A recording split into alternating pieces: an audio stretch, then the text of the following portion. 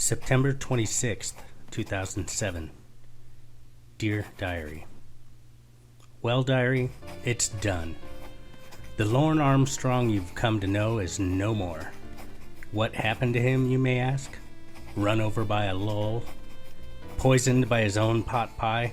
No, Diary. Rather, like a phoenix from the ashes, Lorne Armstrong has been reborn. It happened to me earlier today while I was going over the daily scuttlebutt with my lovely Kayla. But before I enlighten you on this glorious epiphany, Diary, I'd like to air my grievances one last time as the old Lorne Armstrong. I don't understand for the life of me how a woman can become so enamored with another person and devote almost all her time with her. Take, for instance, Kayla's friend, Jessica. This girl must be talking to my Kayla 10 or 20 minutes a day. I mean, how can someone with a 7th grade education even carry on a conversation for that long? And what could they be talking about? Whatever it is, apparently it's so important that it takes away from my mandatory Kayla time. Time that could be spent with our friends, Mr. Penis and Miss Vagina, respectively. But I digress. As I said before, this is the new and improved Lorne. And the new Lorne doesn't bother himself with such pettiness. How does that old saying go? The lion does not lose sleep over the opinions of the sheep. Well, this old dog doesn't lose sleep over the opinions of the Jessicas of the world. Okay? It happened to me this afternoon. I had just finished waking up from my mid-shift nap.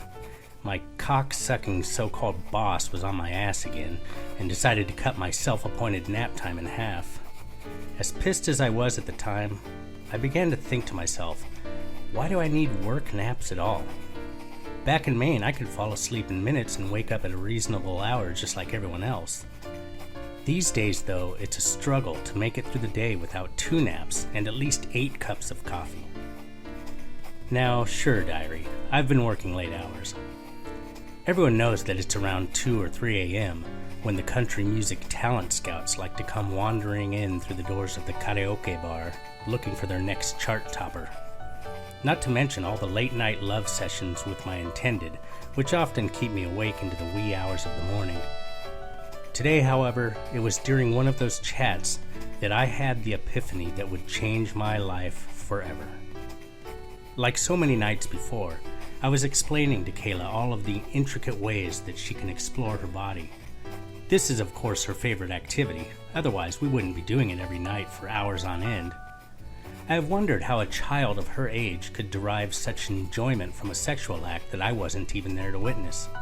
After all, what's the fun of masturbatory exploration if your boyfriend isn't there to watch and instruct you as it happens? And then it hit me. I must be an excellent teacher. It must have been my emphatic enthusiasm for these types of lessons that keeps her so engaged and willing to learn.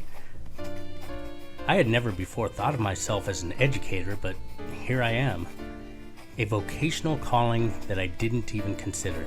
Seems obvious now, though. What better feeling is there than watching your young pupils learn and grow right before your eyes? And when they've learned all that you have to teach and they start to mature, you again start on a younger, more naive group of students ready to hang on your every word.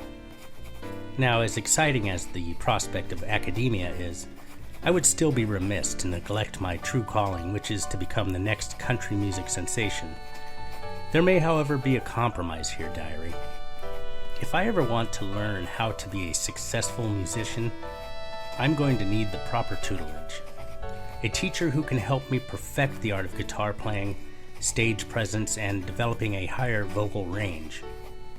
Only problem is, between the money I spend on beer, cigarettes, coffee, and karaoke stage time, I won't be able to afford to bring on a professional.